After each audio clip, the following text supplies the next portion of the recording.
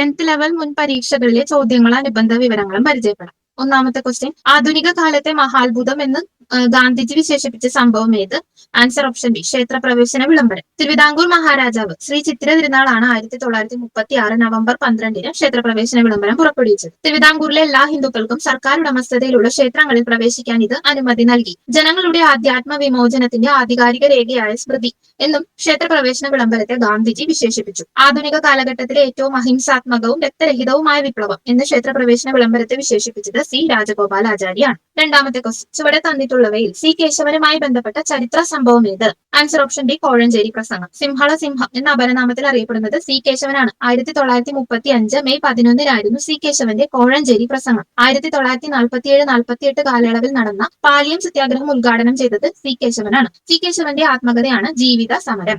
1951 തിരുക്കൊച്ചിയുടെ മുഖ്യമന്ത്രിയായിട്ട് C Keshavan ചുമതലയേറ്റു. മൂന്നാമത്തെ question, മനുഷ്യ ശരീരത്തിൽ യൂറിയ നിർമ്മിക്കുന്ന അവയവം ഏതാണ്? ആൻസർ ഓപ്ഷൻ സി, കരൾ. ശരീരത്തിലെ മാലിന്യ സംസ്കരണശാല എന്നറിയപ്പെടുന്ന അവയവമാണ് കരൾ. ശരീരത്തിൽ രൂപപ്പെടുന്നതും ശരീരത്തിൽ എത്തുന്നതുമായ വിഷവസ്തുക്കളെ ഹാനികരമല്ലാത്ത വസ്തുക്കളാക്കി മാറ്റുന്ന അവയവം കരളാണ്. ശരീരത്തിലെ ഉപാപചയ പ്രവർത്തനങ്ങളുടെ ഫലമായി ഉണ്ടാകുന്ന അമോണിയയെ യൂറിയയാക്കി മാറ്റുന്നത് കരളാണ്. ശരീരത്തിൽ പ്രോട്ടീനുകളുടെ വിഘടന ഫലമായി രൂപം കൊള്ളുന്നതാണ് അമിനോ ആസിഡുകൾ. ഇവയുടെ ഉപാപചയ പ്രവർത്തന ഫലമായാണ് അമോണിയ ശരീരത്തിൽ രൂപമെടുക്കുന്നത്. ശരീരത്തിലെ മറ്റു അവയവങ്ങളെ അപേക്ഷിച്ച് നശിച്ചു പോകുന്ന കോശങ്ങളെ പുനർനിർമ്മിക്കാൻ കഴിവുള്ള അവയവവും കരൾ തന്നെയാണ്. അടുത്ത ക്വസ്റ്റ്യൻ, ആധുനിക പീരിയോഡിക് നിയമം ആവിഷ്കരിച്ച ശാസ്ത്രജ്ഞൻ ആര്? Answer option C, Mendeleev.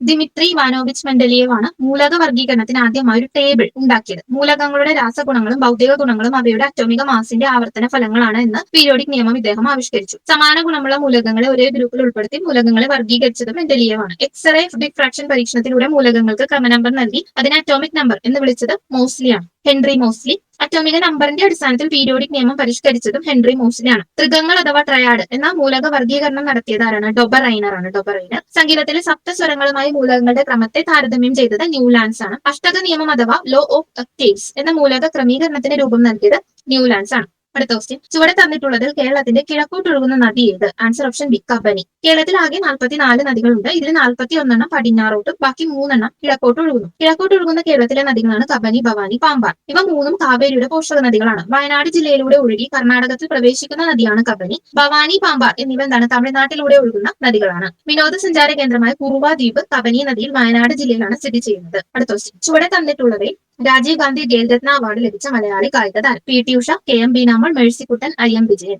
Answer option B, K M Beenamol. ഇന്ത്യയിലെ പരമോന്നത കായിക ബഹുമതിയായ ഖേൽരത്ന പുരസ്കാരത്തിന്റെ സമ്മാന തുക 25 ലക്ഷം രൂപയാണ്. 1991-92 മുതൽ 2021 വരെ ഈ പുരസ്കാരത്തിന് മുൻ പ്രധാനമന്ത്രി രാജീവ് ഗാന്ധിയുടെ പേരാണ് നൽകിയിരുന്നത്. 2021 ഓഗസ്റ്റിലാണ് പുരസ്കാരത്തിന്റെ പേര് മേജർ ധ്യാൻചന്ദിന്റെ പേര് നൽകിയത്. വിശ്വനാഥൻ ആനന്ദാണ് ഖേൽരത്ന പുരസ്കാരം നേടിയ ആദ്യത്തെ കായിക താരം. ഗീത് സേത്തി ആയിരുന്നു രണ്ടാമത്തെ വിജയി. ആദ്യമായിട്ട് രാജീവ് ഗാന്ധി ഖേൽരത്ന അല്ലെങ്കിൽ ധ്യാൻചന്ദ് ഖേൽരത്ന നേടിയത് വിശ്വനാഥൻ ആനന്ദാണ്.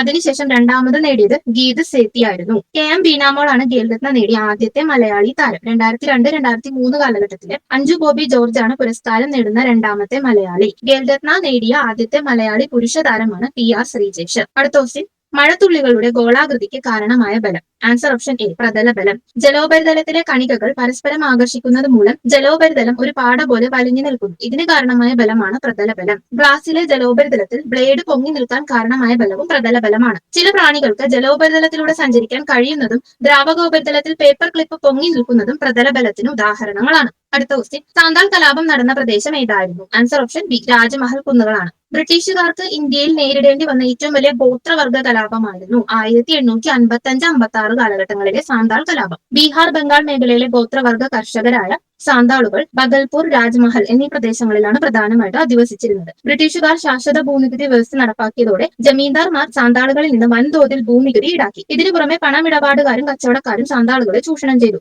സിദ്ദു കാനും എന്നീ സഹോദരന്മാരാണ് സാന്താൾ കലാപത്തിന് നേതൃത്വം നൽകിയത്. അടുത്ത ക്വസ്റ്റ്യൻ, ഇന്ത്യൻ ഫ്ലാഗ് കോഡ് പ്രകാരം VVIP വിമാനങ്ങളിൽ ഉപയോഗിക്കുന്ന പതാകയുടെ അളവ്? Answer option C, 450x300 mm. 2002 പതാക നിയമപ്രകാരം വ്യത്യസ്തങ്ങളായ 9 വലുപ്പങ്ങളിൽ നമുക്ക് ദേശീയ പതാക നിർമ്മിക്കാം. അപ്പൊ ഇന്ത്യയുടെ ദേശീയ പതാക നിർമ്മിക്കാൻ അനുമതിയുള്ള വലുപ്പങ്ങൾ ഇവിടെ കൊടുത്തിട്ടുണ്ട്. 6300, 4200, 3600, 2400, 2700, 1800, 1800, 1200, 1350, 900, 900, 600, 450, 300, 225, 150, 150, 100 എന്നിവ.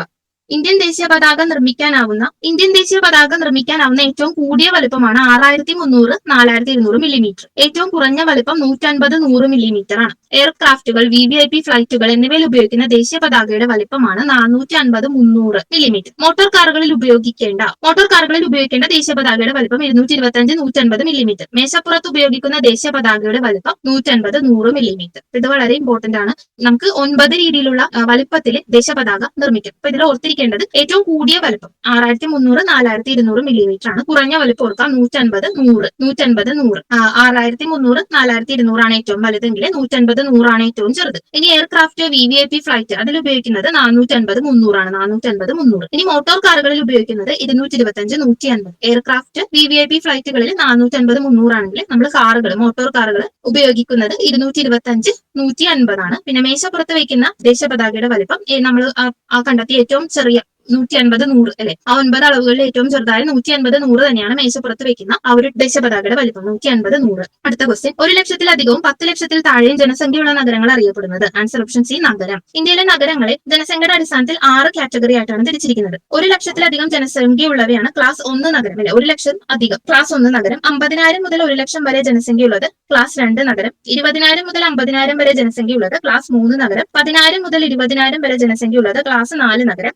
5,000 മുതൽ 10,000 വരെ ജനസംഖ്യയുള്ളത് ക്ലാസ് 5 നഗരം. 5,000-ൽ താഴെ ജനസംഖ്യയുള്ളവ ക്ലാസ് 6 നഗരം. അപ്പൊ 6 രീതിയിലാണ് ക്ലാസിഫൈ ചെയ്തിരിക്കുന്നത്. അതിൽ തന്നെ ബേസ് ജനസംഖ്യയായിട്ട് 5,000 ആണ് എടുത്തിരിക്കുന്നത്. അപ്പൊ 5,000-ൽ താഴെയാണെങ്കിൽ അതിനെ ക്ലാസ് 6 നഗരം എന്ന് പറയും. 5,000 മുതൽ 10,000 വരെ ഏതാണ് ക്ലാസ് 5 നഗരം വരും. 10,000 മുതൽ 20,000 വരെയാണെങ്കിൽ ക്ലാസ് 4. 20,000 മുതൽ 50,000 വരെയാണെങ്കിൽ ക്ലാസ് 3. 50,000 മുതൽ 1 ലക്ഷം വരെയാണെങ്കിൽ ക്ലാസ് 2. പിന്നെ 1 ലക്ഷത്തിലധികം ആണെങ്കിൽ ക്ലാസ് 1. ഇപ്പൊ നമ്മൾ ആ ബേസ് ആയിട്ട് എടുക്കേണ്ട 5,000 ആണ് ജനസംഖ്യയുടെ. അപ്പൊ 5,000 മുതൽ 10,000, 10,000 മുതൽ 20,000, 20,000 മുതൽ 50,000, 50,000 മുതൽ 1 ലക്ഷം, 1 ലക്ഷത്തിന് മുകളിൽ. ഇപ്പൊ 20,000 കഴിഞ്ഞാൽ നേരെ 50,000-ലേക്ക് ചാടുകയാണ്. അപ്പൊ 5,000, പിന്നെ 5,000 മുതൽ 10,000, 10,000 മുതൽ 20,000, 20,000 മുതൽ 50,000, 50,000 മുതൽ 1 ലക്ഷം, പിന്നെ 1 ലക്ഷത്തിന് മുകളിൽ. അങ്ങനെയാണ് ക്ലാസ് 1, ക്ലാസ് 2, അങ്ങനെ ക്ലാസ് 6 വരെയുള്ള ക്ലാസിഫിക്കേഷൻ വരുന്നത്. 1 ലക്ഷത്തിൽ താഴെ ജനസംഖ്യയുള്ള ചെറിയ നഗരപ്രദേശങ്ങളെ പൊതുവെ വിളിക്കുന്ന പേരാണ് പട്ടണം അഥവാ ടൗൺ. അപ്പൊ 1 ലക്ഷത്തിൽ താഴെ ജനസംഖ്യയുള്ള ചെറിയ നഗരപ്രദേശങ്ങളെ നമ്മൾ പട്ടണം അല്ലെങ്കിൽ ടൗൺ എന്ന് വിളിക്കും. അനേകം നഗരങ്ങൾ ചേർന്ന് രൂപം കൊള്ളുന്ന 50 ലക്ഷത്തിലധികം ജനസംഖ്യയുള്ള നഗര സമുച്ചയമാണ് മെഗാ നഗരം അഥവാ മെഗാ സിറ്റി. അപ്പം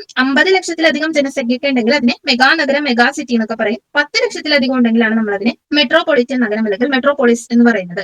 അപ്പൊ ഇവിടെ ഈ ചോദ്യത്തിന്റെ ഓപ്ഷൻ ആയിട്ട് കൊടുത്തിരിക്കുന്നത് മെഗാ നഗരം. അപ്പൊ മെഗാ നഗരം എന്ന് പറഞ്ഞാൽ ഏകദേശം 50 ലക്ഷത്തിലധികം ജനസംഖ്യ ഉണ്ടെങ്കിൽ, മെട്രോപൊളിറ്റൻ ആണെങ്കിൽ 10 ലക്ഷത്തിലധികം അല്ലെ, 10 ലക്ഷത്തിലധികം ഉണ്ടെങ്കിൽ മെട്രോപൊളിറ്റൻ, 50 ലക്ഷത്തിലധികം ജനസംഖ്യ ഉള്ളതാണെങ്കിൽ മെഗാ നഗരം. അപ്പൊ മെട്രോപൊളിറ്റൻ കഴിഞ്ഞ് വരുന്നത് മെഗാ നഗരം, പിന്നെ ഉള്ളത് പട്ടണം നഗരം. അപ്പൊ ടൗൺ അല്ലെങ്കിൽ പട്ടണം നമ്മൾ പറഞ്ഞത് എങ്ങനെയാണ്? 1 ലക്ഷത്തിൽ താഴെ ജനസംഖ്യയുള്ള ചെറിയ നഗരപ്രദേശങ്ങളെ നമ്മൾ പട്ടണം അല്ലെങ്കിൽ ടൗൺ എന്ന് പറയും. ഇനി നഗരം എന്ന് പറഞ്ഞു കഴിഞ്ഞാൽ നമ്മൾ പറഞ്ഞു എന്താണ്, 1 ലക്ഷത്തിലധികവും 10 ലക്ഷത്തിൽ താഴെയും ജനസംഖ്യയുള്ള നഗരങ്ങൾ അറിയപ്പെടുന്ന പേരാണ് നഗരങ്ങൾ. 1 ലക്ഷത്തിലധികവും 10 ലക്ഷത്തിൽ താഴെയും ജനസംഖ്യയുള്ള നഗരങ്ങൾ അറിയപ്പെടുന്ന പേരാണ് ആൻസർ ഓപ്ഷൻ സി നഗരം. അതായത് ഇന്ത്യയിലെ നഗരങ്ങളെ നമ്മൾ 6 കാറ്റഗറി ആയിട്ട് തിരിച്ചിട്ടുണ്ട്. അതിൽ 1 ലക്ഷത്തിലധികം ജനസംഖ്യ ഉള്ളവ ക്ലാസ് 1 നഗരം എന്നറിയപ്പെടും അല്ലെ, ക്ലാസ് 1 നഗരം. അപ്പൊ 1 ലക്ഷത്തിലധികം ഉണ്ട്, പക്ഷെ 10 ലക്ഷത്തിൽ താഴെയാണ്, അങ്ങനെ ഉണ്ടെങ്കിൽ അത് നഗരമായിട്ട് ക്ലാസിഫൈ ചെയ്യും. 10 ലക്ഷമാണ് വരുന്നതെങ്കിൽ അതിന് നമ്മൾ എന്തെന്ന് പറയും? മെട്രോപൊളിറ്റൻ നഗരം എന്ന് പറയും. അതുപോലെ തന്നെ 50 ലക്ഷമാണ് വരുന്നതെങ്കിൽ അത് മെഗാ നഗരത്തിൽ പെടും. പിന്നെ 1 ലക്ഷത്തിൽ താഴെയാണെങ്കിൽ അതിന് നമ്മൾ പട്ടണം അല്ലെങ്കിൽ ടൗൺ എന്ന് പറയും. ഇൻ ബിറ്റ്വീൻ 1 ലാഖിനും 10 ലാഖിനും ഇടയിൽ നിൽക്കുന്നത് നഗരം എന്ന ക്ലാസിഫിക്കേഷൻ ആണ്.